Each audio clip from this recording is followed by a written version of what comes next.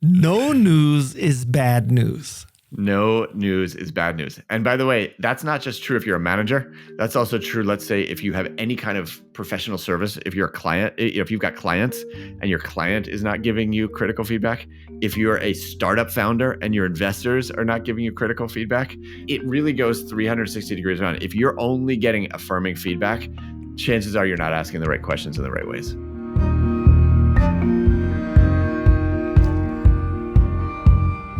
Maybe we shouldn't do this because I may disappoint you in real life. I have a feeling you're going to surpass the bar that you've set. He writes a pretty good book, but man, he sucks at asking questions. Well, you're a professional question asker. Yeah, well, I'm not exactly a lucrative question asker.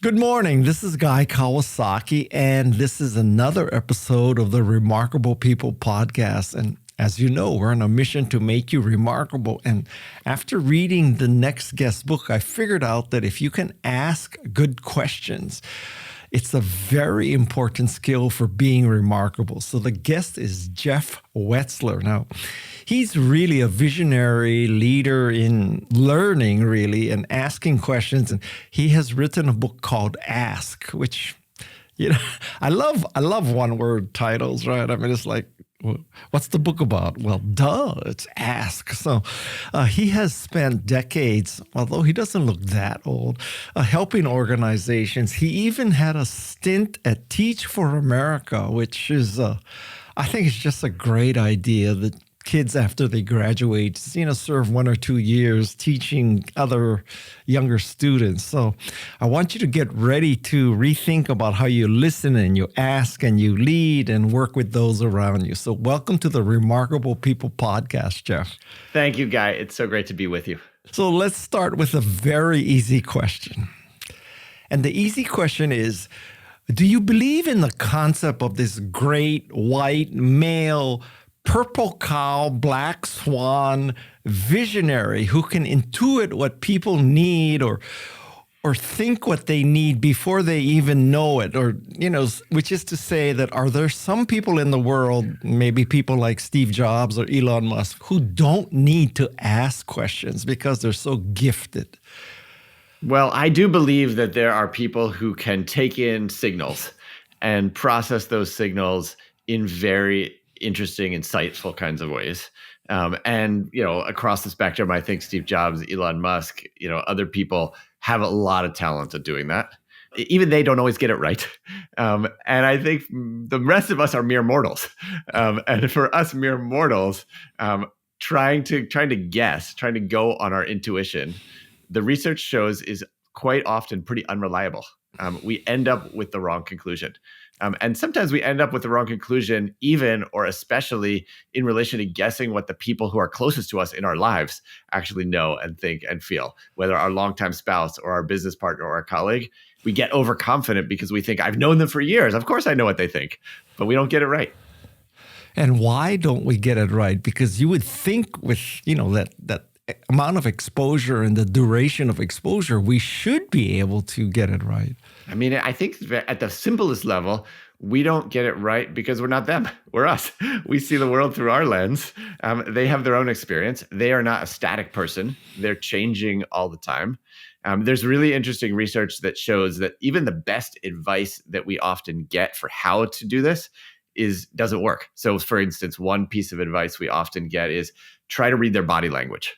If you can just read their body language, it turns out that people are not reliable readers of body language. Even trained TSA agents in the airport are barely better than chance, which doesn't give you a lot of confidence flying, but it's true. Another piece of common advice we get is try to put yourself in their shoes. But that doesn't work either. Literally, the research shows there's only one way that reliably allows mere mortals to find out what other people think and feel and know. Of course, that's to ask them. But it's so much easier said than done. Wait, but Jeff, you just blew a hole into a lot of business writing about, you have to develop your skills of empathy. Are you saying empathy is overrated? Well, I'm not at all saying empathy is overrated, but I am saying that untested assumptions about what's going on for people can be dangerous for us. So the idea of trying to imagine what they might go through, I think, is super valuable. But that if we say to ourselves, I'm imagining it, and then what I'm imagining, I'm 100% sure is right, that's what's dangerous. We can imagine it to the point where we can actually have a conversation and ask them to tell us more about what you're going through, and what's that like. And then we can, of course, connect emotionally. I think that is the kind of empathy that is deep and powerful and valid. But if it's just, I'm guessing what you're going through, I feel empathy for you, it's risky. Well, is there a continuum where you have, sort of superficial empathy where you're guessing? The next level would be you actually watch people as they drive their minivan or as they, open up a bottle of pills and they can't figure out how to open the bottle. And then the third level is where you actually are the customer. You are actually in the minivan. You're actually open the bottle. So is that a spectrum that we can travel? I love that spectrum. And I think what I take from that is that the more information you have, the better your empathy is going to be. If you're the actual user, you got all the information. If you're watching the user, you got some of the information. If you're sitting at a distance, you have less information. And so the more you can get to actually getting the information that's right, the more accurately you're going to actually have a chance of knowing what's going on for the other person. So I might borrow that little framework. Feel free to rip me off. I'll be flattered. But, I will credit you. But let me, in a rare moment of openness and transparency, I came across this concept from a friend named Martin Lindstrom. He wrote the book Biology, B-U-Y. And he tells this story that he was retained by a pharmaceutical company because they wanted to get closer to the customer, which is, that's like a signal to McKinsey to charge them $5 million. But anyway, so he had all the executives come in a room and they said, we want to get closer to our customers. So he made them breathe through straws for a few minutes. And at the end, he said, your customers have asthma. That's what it's like to have asthma. And I thought, that was such a brilliant story. Now I use that in my speeches. I pass out straws in my speeches. I think I read that story in your book as well. And I literally took a straw and I tried it myself because I wanted to know. I thought it was so brilliant and it's really hard to breathe. And so I love that example. So now there's going to be a run on straws. That's right. That's right. So Jeff, why is it that people don't ask better questions? I think most of us just assume we know how to ask questions. We're born, we learn how to talk. Most of us for a living, talk. We make statements, we ask questions, we think we know it. So why would we even try to get better at it? I think that's a piece of it. And I think the other piece of it is we often operate without the level of curiosity that we would truly need. We walk into situations, we size them up in split seconds. We don't even realize that we're sizing the situation up. We just think that's reality of the way it is. And so if I think I know what's going on here, I know what your motive is, I know what the right answer is, I know what I'm trying to do here, why even bother asking a question? It would be illogical to even ask a question if I'm certain. And so we've got to figure out how to actually get ourselves more curious to open up the space for more questions. Well, but couldn't you make a case that it's part of evolution that we had to make split-second questions? 100%. Right? If the saber-tooth is chasing you, you don't ask, are you trying to kill me or not? I mean, I agree. Even today, if let's say that you're in, a room and you're starting to smell smoke, you don't think to yourself, I wonder if someone's cooking. I wonder if, you just get the hell out of there or you put out the fire. And so this mechanism of walking into a situation that has a lot going on, zeroing in on what's the one thing, quickly making meaning of it, quickly drawing a conclusion, quickly saying what's the action I need to take is a very adaptive thing for high urgency, emergency kinds of situations. I'm sure that's why it evolved in that way. The problem is that much of the time we're in complex situations. We're in fast moving situations. We're in ambiguous situations where the first thing that we jump to may not be the right thing, where somebody else might see something different. And if we still operate in that same, there's the tiger mode, that's when we get ourselves into trouble. So how can people learn to be curious then? Okay. So this is what I've been studying, and it's been just a fascinating journey. There's what I would call a few different gateways into curiosity. One of the most powerful gateways is to actually slow down our thinking so we can recognize the narrative that we've just drawn. So let's say that I'm walking into a situation, somebody says, I really don't think we should make that change. My, saber-toothed tiger brain, my lizard brain might say they're being resistant. And the fact that they're being resistant is because they are trying to thwart me as a leader. And the fact that they're trying to thwart me as a leader means I need to get them off the team, just as an example. That process can happen in, less than a second outside of my own awareness. But if I can begin to realize this is how our brains work, I'm starting to construct this story. I'm selecting a small bit of data. I'm making it mean something quickly. I can begin to inject what I call curiosity sparks into that story. I can say, all right, what else might be going on here? What's another way to look at the situation? What might they be overlooking? And that's essentially a way of loosening the grip that our story has on us. Not to say we're wrong, but to make room for more possibilities going on. But I would suspect that, 99% of the people listening to this would say, yeah, that's true for most people, but not me. I am perceptive. I really know what to do. I would say if that's you, then you really need to learn. You really need to listen to this because every single one of us is human. We all have that evolution behind us. We all have to do that. And, generally what I tend to say is, if you're getting all the results you want in your life and in your work and in your relationships, you might not, maybe you don't change anything, but chances are every single one of us has areas where we can actually be making better decisions, where we can prevent errors, where we can grow faster, where we can deepen relationships. And that's the motivation to say, what can I learn from this other person? I will say it's not easy to do. Sometimes curiosity is a team sport. It can be helpful to say, and I say this to my own business partner a lot, I'm really worked up about this person. I think this person's not being a team player. I think X, Y, Z. And he'll say to me, you maybe take a little of your own curiosity medicine here. Let's slow this down a little bit. And so sometimes we're so in our own story that we don't see it. So using colleagues, friends, mentors who are willing to challenge us a little can be a great way to make space for curiosity.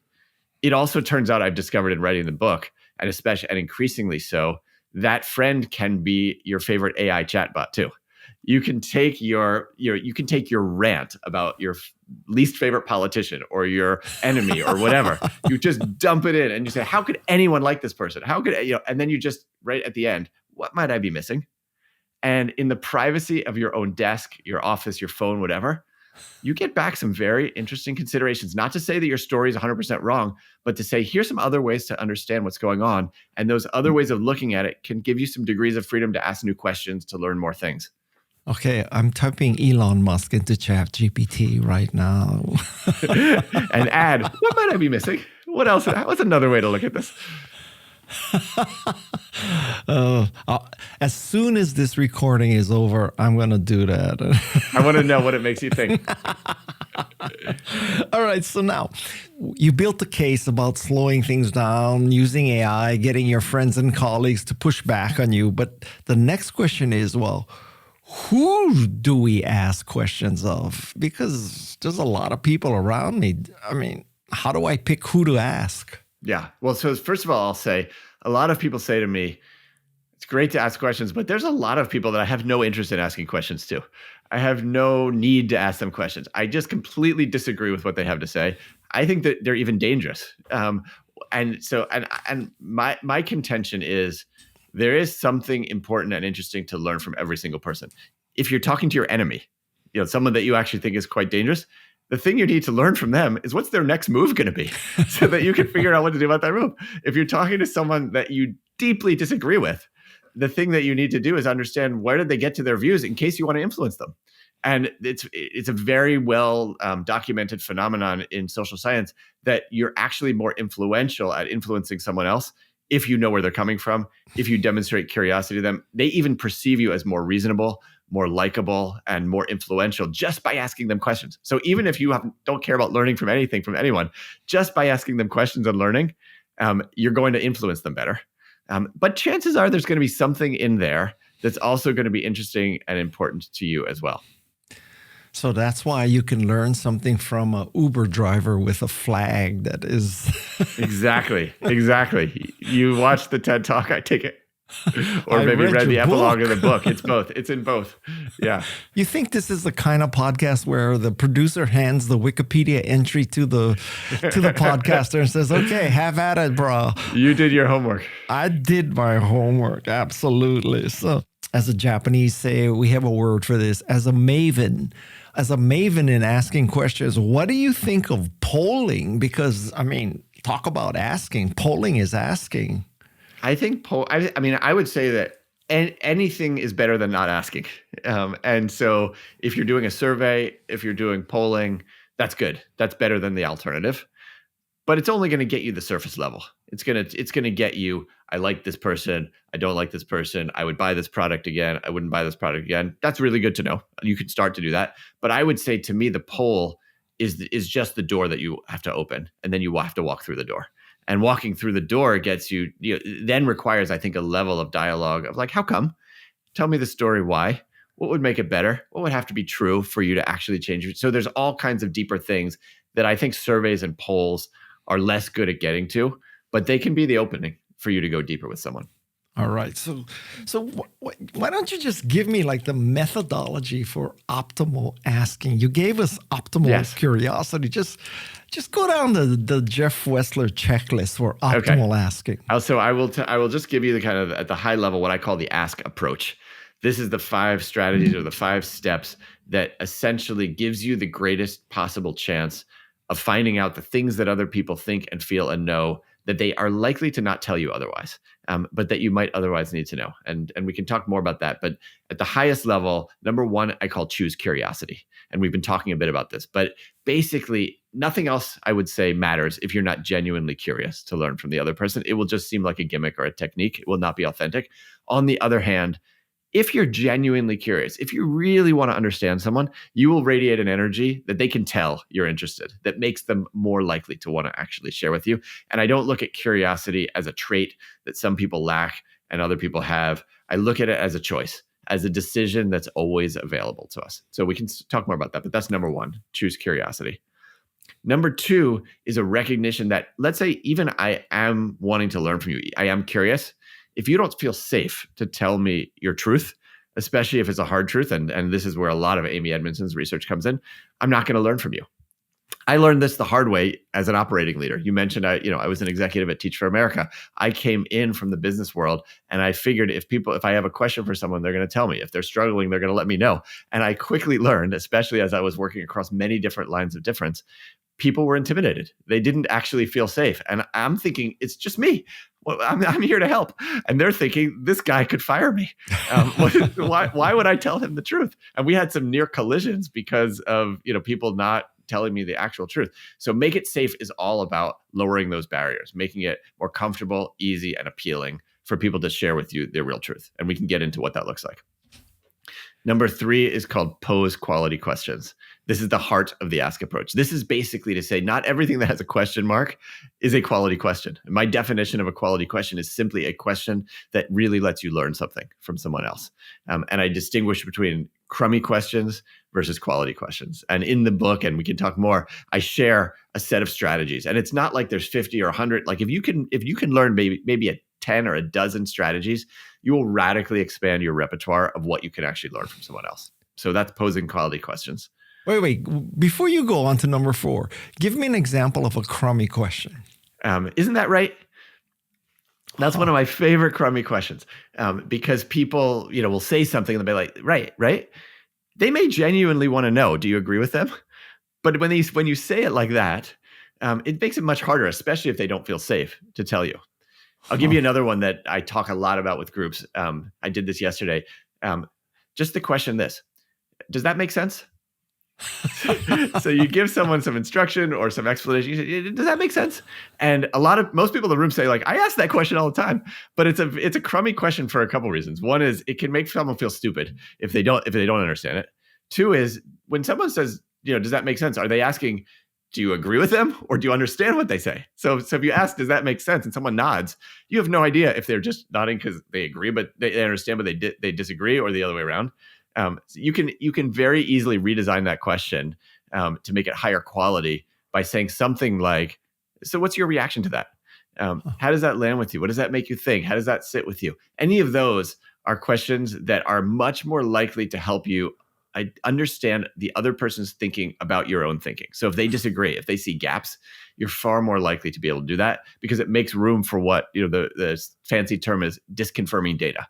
It lets disconfirming data come into you so that you can then have a conversation about it. Hey, Madison, do I ever ask you if something makes sense? Yeah, sometimes. Oh, that's a lesson there.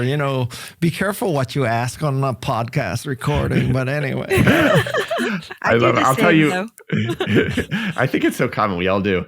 When I first learned to redesign that question to say, what's your reactions? I was a new manager and I had just given somebody a set of instructions for what I was hoping that he would do. And then I remembered to myself, just ask him. And so I said, what are your reactions to that? And he got quiet for a minute. And then he said, if you really want to know my true reaction, I'm completely demoralized by what you just asked me to do. And I was just like that. I was flabbergasted because I thought we were good.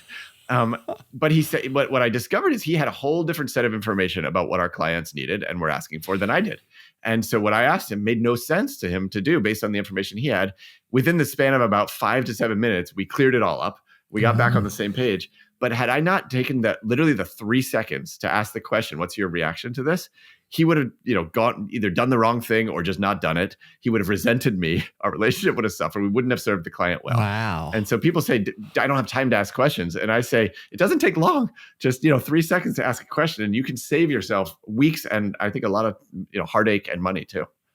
I think that I will add to my Macintosh a keyboard macro. So I just, type, like something like Z reaction, and it'll spit out the whole sentence, what's your reaction? So I love that. I can ask that all the time. Okay, Madison, get ready to always tell me your reaction. I'm ready. Sorry, Madison. Okay, so I think we're on number 4 now. Yeah. Number 4 is called listen to learn. And basically, once you ask a question, it all comes down to, do you hear the answer? How well do you actually listen to what someone has to say? And a lot of times we're listening to look smart, listening to prove a point, listening to get someone to do something, listening to look like we're listening. None of that is listening to learn. Listening to learn is like truly taking a vigorous interest in what someone else has to say so that you can actually get to the essence of what they're talking about. It's listening not just for the information, but also for the emotions and also for the actions. And when I talk to groups, I say to them, I say to people like, give me on average, what percent of people that you talk to, you think is a good listener? On average, people say it's about 10 or 15% of people that they, but many polls think that the vast majority of us think we're good listeners. So there's a massive gap between how good we think we are as a listener versus how we're actually experienced as a listener. But there's some very simple things that we can do to increase our listening. Should I give you an example or two? Well, yeah, that's why I have you on the podcast. All right, I'll go there. Let me. That makes sense to me. So for the book, I interviewed professional listeners, including journalists and also including psychotherapists, because psychotherapists sit there and they listen all day long. And one of the things I discovered is that psychotherapists universally experience this phenomenon called the doorknob moment. Have you heard of this? No. So, if there's a session that is 50 minutes long, what happens quite often is that someone will sit there, have the therapy, have the conversation, and then at the very last second, at minute 49 and like 59 seconds, right when they're standing up, their hand is on the door, they're about to leave the room. Only then is when they actually say the real thing that's going on. It's like that's when they say, I'm thinking about leaving my spouse, or, whatever the thing is that's going on. And these therapists, they're like, why didn't they tell me this during the whole session? We could have talked about it. And they have all kinds of theories. Sometimes they think, well, maybe they were working up the courage, or maybe they were waiting to see how I reacted, or maybe they were just getting their thoughts straight. One of them recently said to me, I think they do it because they want me to think about them all week. So they just say it as the last thing, hoping that I'll think about it. But the takeaway is that you can't assume that when you ask a question and someone answers it, you're getting the most important thing they have to say. Often the most important thing they have to say is 2 or 3 layers back, and it's not the thing that comes out when you ask them. And yet many of us will ask a question and then we'll say, okay, I got my answer. Now, next question, or I'm moving on. And we miss the actual real thing. So there's a listening technique that I just call pull the thread, which is if you just pull it a little bit more and say, that's interesting. Can you elaborate on that? Can you say a little bit more about that? Tell me more. What else? Any of those things are just ways to increase the likelihood that the real thing is going to come out when you ask someone the question. Sometimes I will even say to my own team, if we're having a conversation or I'm asking them for ideas, I'll say, what else? And what else? And then I'll even say to them, I'm going to keep asking you what else until you tell me that's it, because the ideas keep getting better and better each time I say what else. So that's one of the strategies, pull the thread. And what happens if you pull the thread at the 50th minute or the 59th minute? Well, if you're in a psychotherapy session, you can't, because it's over. And so that's the thing, is like by not doing that, they've kind of missed the chance. But we don't have that constraint usually. Usually we're still in the conversation. We can continue to do that in a conversation. So that's one. The other one I would just share with you that I would say is, if there's nothing else that anybody who listens to this episode remembers from this entire episode, it would be this thing. It's just called tell back and test. And so when you're talking to someone and they answer your questions, before you give your response or before you ask the next question, just simply say, I think this is what I heard you say. Let me just check that I get that right. Or here's what I think I'm getting from you. How close is that? Whatever it is. It's very rare that we do it, but research shows that it is actually one of the biggest distinguishers of high-performing teams versus low-performing teams, the degree to which they just check if they understood what each other said. It's sort of the magic move. It has like many benefits. The first and most important, of course, is simply you get better information. So when I do this, half the time when I say to someone, let me just check, I think this is what you're saying, is that right? They will say, kind of, but that's not exactly what I meant. Or that is what I said, but now that you tell me, this is what I really think. So I just get better information. It saves a lot of time. It also just changes up the tempo of the conversation. So let's say we're having some kind of an argument or whatever, and it's like a ping pong match or a point counterpoint. If I just stop and say, before I react to you, Guy, I just want to check if I understood where you're coming from. Is this what you mean? Is this what you're saying? It just slows it down. It gives us a chance both to breathe. But I think the most important benefit is that it also sends you the message, I care about you. I care about you enough to take my own time, my own words, my own breath, to check if I understand where you're coming from, what's important to you. And that changes everything as well. So the magic move, the power move, just check your understanding, tell back and test. Man, I don't know if I can get to number 5. Okay, number 5, I will tell you, is my favorite of them all. And the reason why it's my favorite is because it's called Reflect and Reconnect. And as you said at the beginning in your kind introduction, my passion in life is learning. And I believe that reflection is how we learn. Reflection is how we convert our experiences into takeaways or into insights, and our insights into actions. I think reflection is the difference between somebody having 20 years of experience doing something versus having 1 year of experience 20 times over. It's how well they reflect. And I think that reflection often gets a bad rap. People think, I don't know how to reflect. I don't have time to go on a meditation retreat. I would have to, start, whatever, going into the hills or whatever. But reflection can be very simple. So I have a method I suggest that I just call sift it and turn it. So sift it is just to say, let's say someone told you 30 things in the course of a conversation. Just sift it and say, take a second and say, what were the 3 or 4 most important things I took away from that person? And I can release some of the other stuff. And in fact, some of the stuff that people tell us, we don't need to take in. Maybe it's not even healthy for us to take in. So sift it. And often it can be helpful to sift it with a friend or a colleague so you're not sifting out the wrong stuff. And then just turn it over in your mind 3 times. The first time I would say is turning it over to see, how does this affect my story about the situation? Maybe it gives me a new piece of information. Maybe it shows me, a wrong assumption I was making. Maybe it's, whatever it is. How does it affect my story? The second time you turn it is to say, based on that, what steps should I take? Maybe I want to apologize. Maybe I want to double down. Maybe I want to, make a right turn with it. But just ask yourself. And then the third is the deepest turn, which is there anything that I learned here that affects my own stuff? Like maybe it revealed to me that I have a bias or a way of being or some deeper held assumption that this just kind of question a little bit. So sift it and turn it for your story, your steps, and your stuff.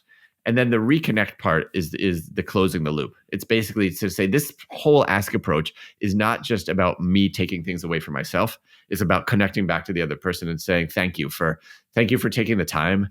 Thank you for taking the risk if it felt risky. And by the way, here's what I learned from you. And here's what I'm going to go do with what I learned from you. And is there something different than you were hoping or additional you were hoping I would learn from you? And that act of closing the loop, I was just literally with a group of executives yesterday, and they said our whole organization is cynical because we ask them for so many suggestions and then they have no idea what we do with these suggestions. And so they say, what's the point? But closing the loop lets people know they didn't waste their time. They're powerful because they've influenced you. And I think it just deepens the connection so that they're going to want to share and you're going to want to share more together over time. I'm exhausted already. You're changing my entire conversational style. My God. Well, there, you know what? You just reflected back. You reconnected back to me. You told me something, some impact that it had on you. Can I ask you, do you value even if it's performative, people taking notes? I think that whatever people need to do to make sure they get the right takeaways is valuable. Nowadays, more often, I am using an AI note taker, whether it's on my phone, if it's in person, or online. If it's on Zoom, I can use any number of them. And for me, that's a way that I can actually just fully stay present with the person, but know that I'm going to still have the takeaways. But if someone doesn't have that, or if that's their style, I think that's great, as long as they're not so buried in their notes that they're not able to make some eye contact and look across time. But if it helps you to make sure you're getting the right takeaways, I think that can be valuable. So are you saying that I could take a transcript of a conversation, put it into an LLM and ask it, what are the takeaways? How should I reconnect? It can use it as a coach. You can do that. In fact, there's some really fun things you can do. For example, you could take that transcript. You can say to AI, what are some questions I didn't ask in this conversation that I might have asked? Or what are a few follow-up questions that I can ask in my follow-up email or in the next question? So it can actually help you generate questions. But the other really fun thing that you can do with a transcript to help you practice listening, I mentioned very briefly earlier that you can listen for content, emotion, and action. So content is the information that someone's saying. Emotion is what are the feelings that they were expressing or displaying.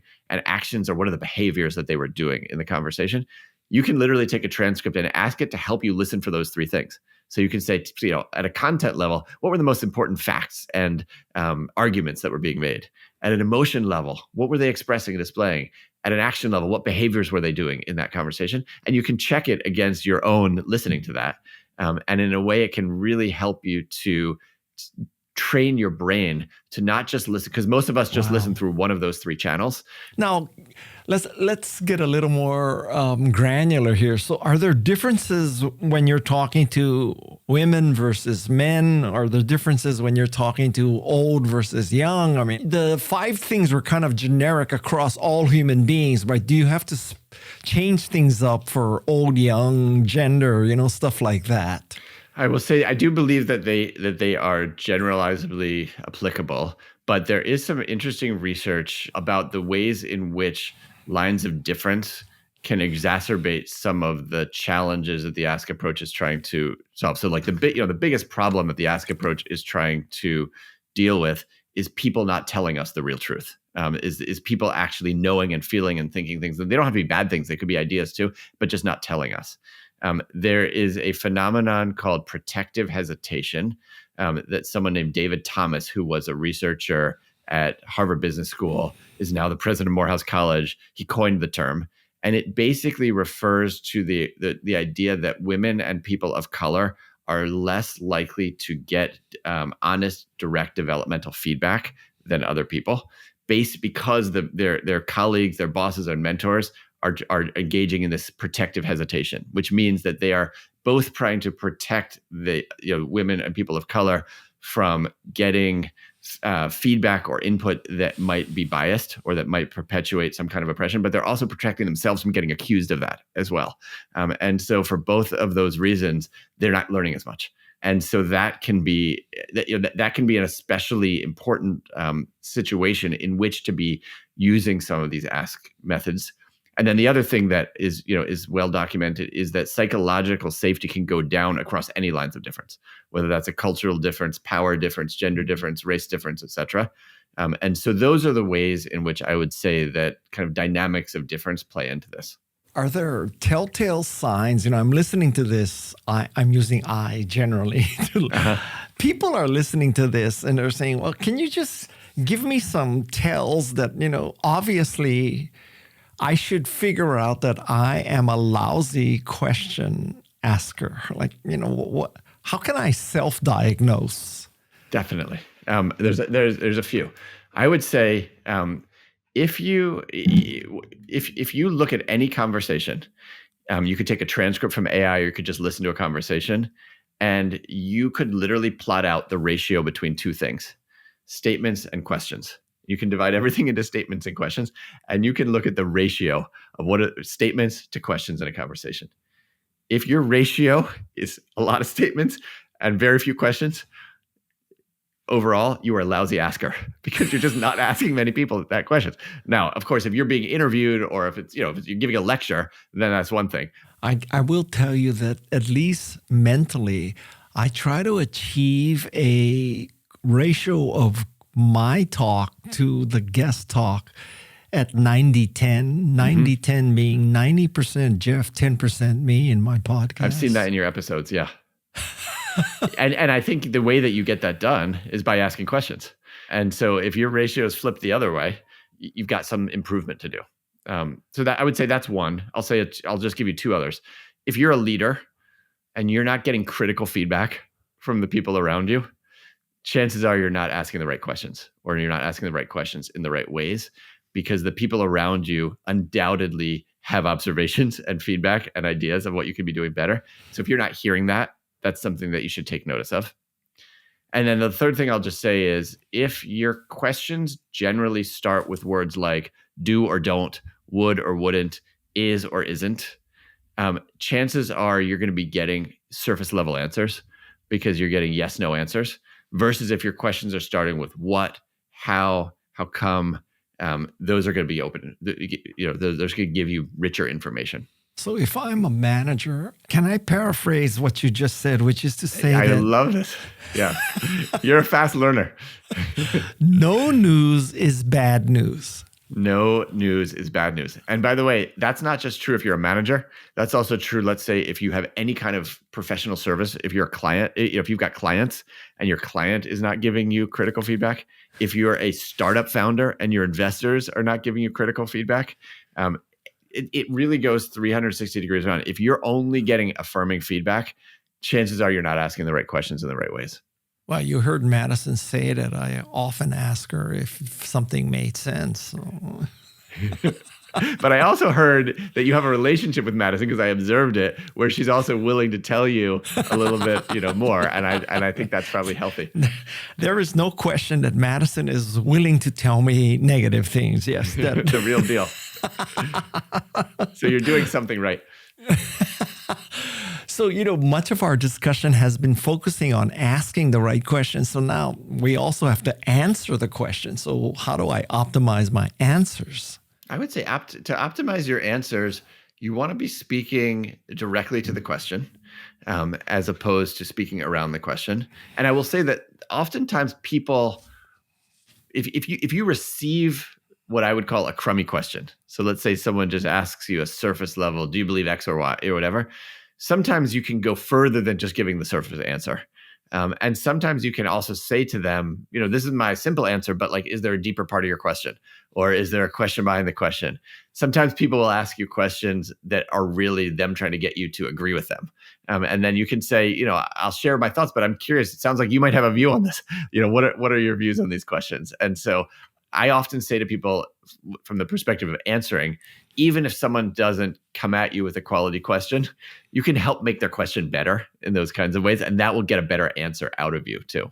So is there a Jeff Wetzler Hall of Fame that you say, this person really knows how to ask questions? I mean, it could be a journalist, it could be a broadcaster, it could be a CEO, it could be, Oprah Winfrey. Do you have a Hall of Fame?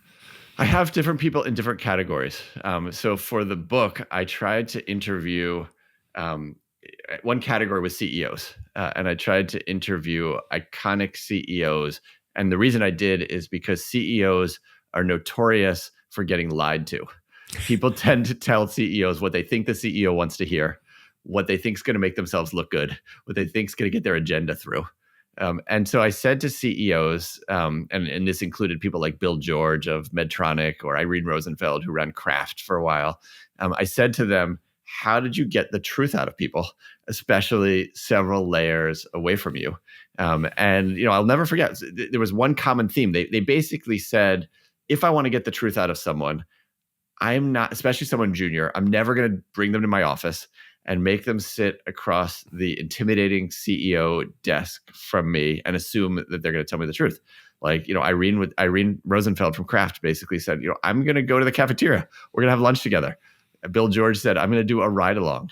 And so, we're going to take a walk, whatever it is. And there was no single answer other than what makes them feel safest, what makes them feel most comfortable.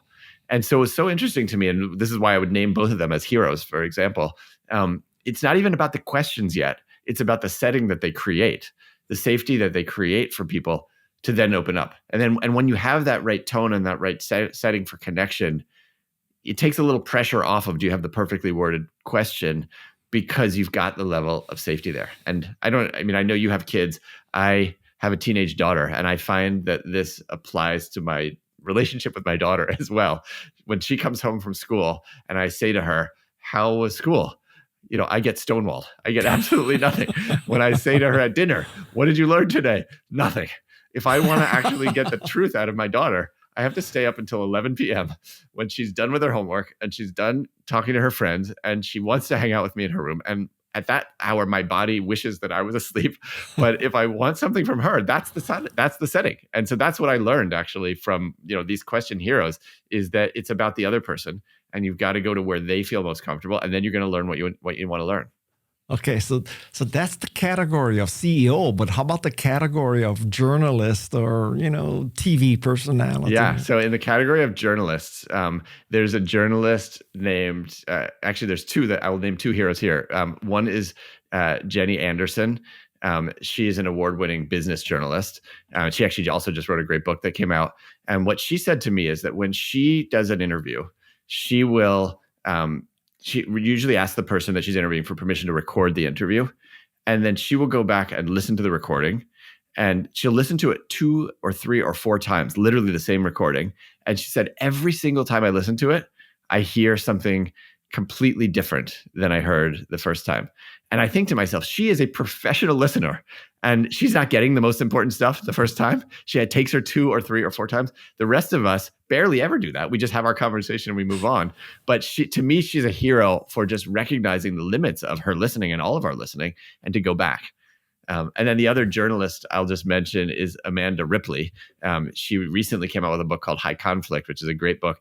And what I learned from her is that the way that she creates safety when she does journalism stories with people who have different backgrounds than her, she'll basically say, look, I know I'm from the East Coast. I know my life is different than yours in many different things. I am truly, I'm truly ignorant, and I would love for you to help me to understand what I might be missing. And so she just kind of confesses that in a way that's completely disarming to people, and also creates that safety as well. The last category I'm going to ask you is about politicians. Is there any politician you respect for asking questions? So I don't know if you know who Deval Patrick is. He was the governor of Massachusetts a couple of terms ago. And he was, one of the things that he truly did well is that he would just spend a ton of time going all around the state, having conversations with people, listening to people, asking them what's on your mind. And I think it really informed his policies in a much more grounded kind of way. Well, that's a short list of politicians. Well, it doesn't get a lot longer on that category, although I'm sure that there are many that I'm not aware of too. Any favorites on your end that you think are role models of great questions or listening, whether politicians or any other categories? Jeff, I'm from Silicon Valley. In Silicon Valley, We don't have to ask questions because we're omniscient and omnipotent. Have you not learned that? Oh, that's true. I completely forgot.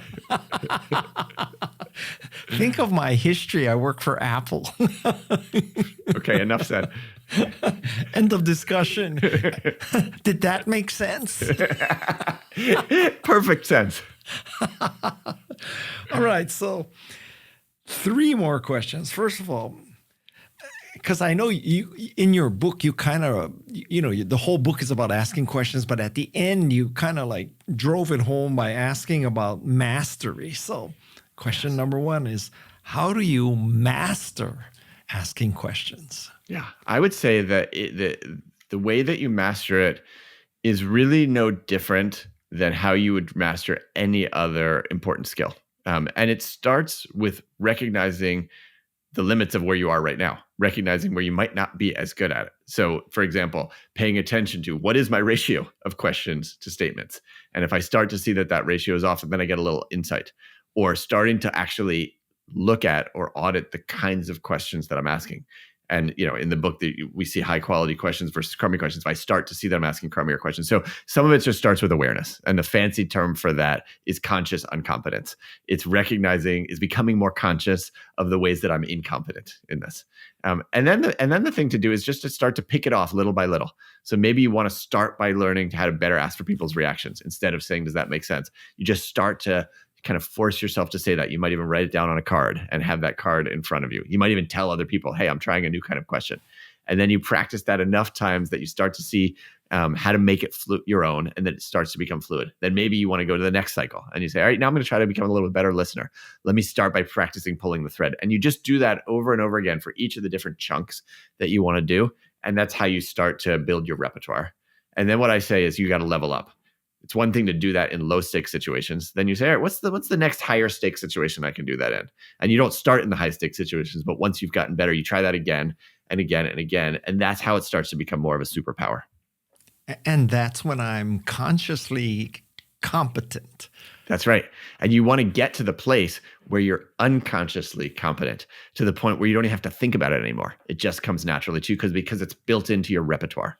Are we getting Malcolm Gladwell-ish? It's like 10,000 hours of this and, Yes, but it has to be 10,000 hours of actually the right practice. It's not just 10,000 hours of practice. It's 10,000 hours of practice, watching how it went, feedback, tweaking it, adjusting it, leveling up, those kinds of things.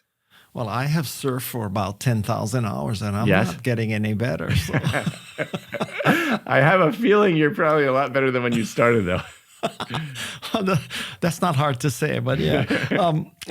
Okay, so how do I teach other people to become masters of asking questions? Yeah. So the easy answer is the best way to teach it is to role model it yourself.